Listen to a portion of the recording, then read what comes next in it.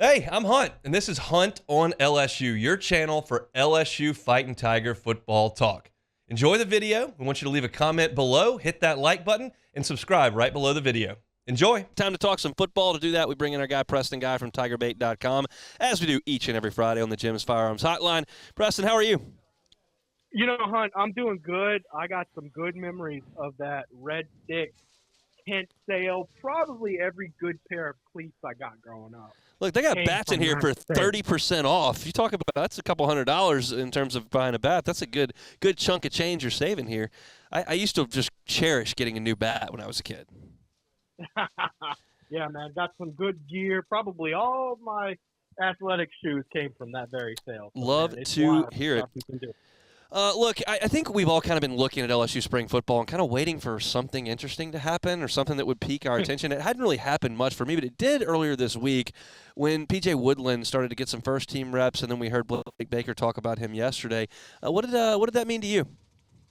Well, probably surprising how quick it happened, but I can tell you from practice, he was a guy who's been catching our eye. We look at him; he's nimble. I mean, he can move, and he's got some good footwork.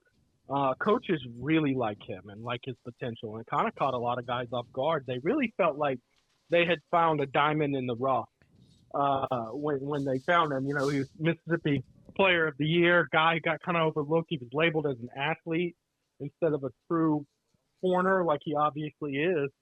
And, you know, he's a guy they're high on. A lot of people were overlooking him because he's one of those guys. They had a 4-star flip to Georgia and had to, you know, pull him in as almost like you don't want to call it a backup, but, you know, as a guy they brought him in to replace someone else they had higher on their board. Well, he's been highly impressive since he arrived.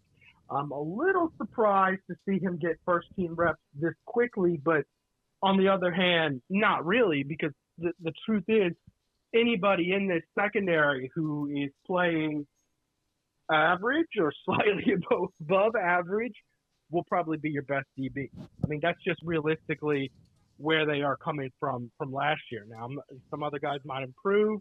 The other thing to keep in mind with that is Zy Alexander is still on the sideline recovering from that torn ACL. And, you know, he's moving around. I saw him in his little sleeve around his knee. He doesn't have a brace on or crutch or anything. Like, he's moving around, but, you know, he's not going to be there till fall. And then the question is, will he be 100%? So just keep that in mind that Zy Alexander is sitting around, you know, your most productive corner from a year ago.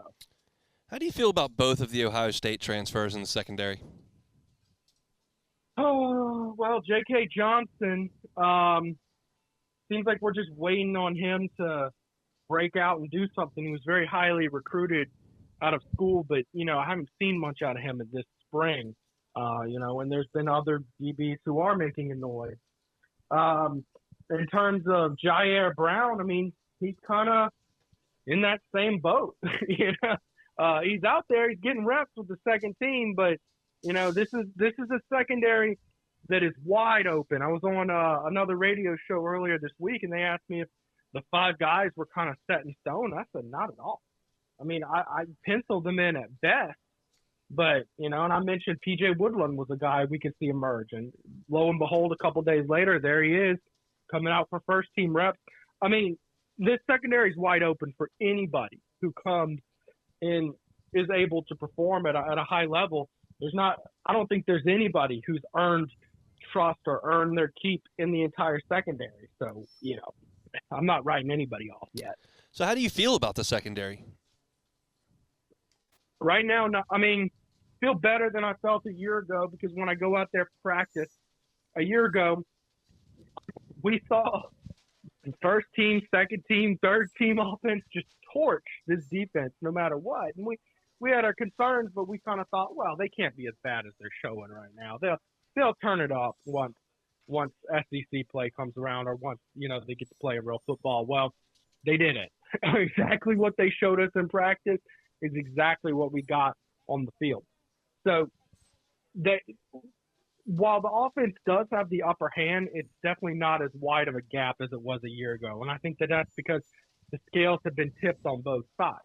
I think the offense won't be as productive as it was a year ago. You'd have to be a fool to believe that. But I really am starting to see some pride in plays made out of this secondary. Probably Sage Ryan is your best defensive back right now. And I know a lot of fans wince when they hear that, but it seems like he's really starting to blossom and come into his own. You know, he is a veteran in this defensive backfield. And, you know, some guys, no matter how highly recruited they aren't day one plug-and-play star guys. That's just not how everybody works. Some guys need time and experience to learn things, and I think that's what we're seeing with Sage Ryan. Where's he going to play?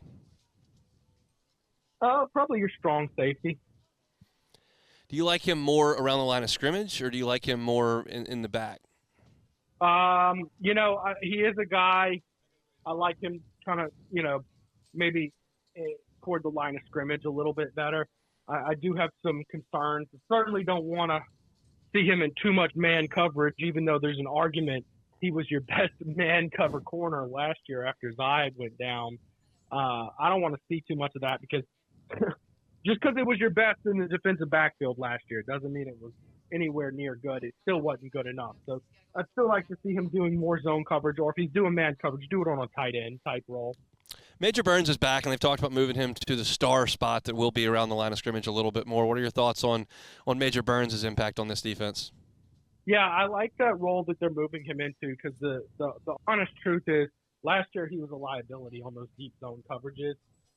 Just couldn't seem to keep up with guys and make the play. This star position is kind of like a rover in a 4-4 defense where it's a hybrid between a linebacker and a safety. You know, it's a guy who they want to have some man cover skills for, you know, maybe slide over and cover the slot if need be, or tight ends preferably, or even running backs out of the backfield. But it's also a guy that they need to, you know, have some muscle behind him and be able to step up in the box and make a tackle if they need him to. And I like that role for him. I really do think that's a good way to use what Major Burns brings to the table.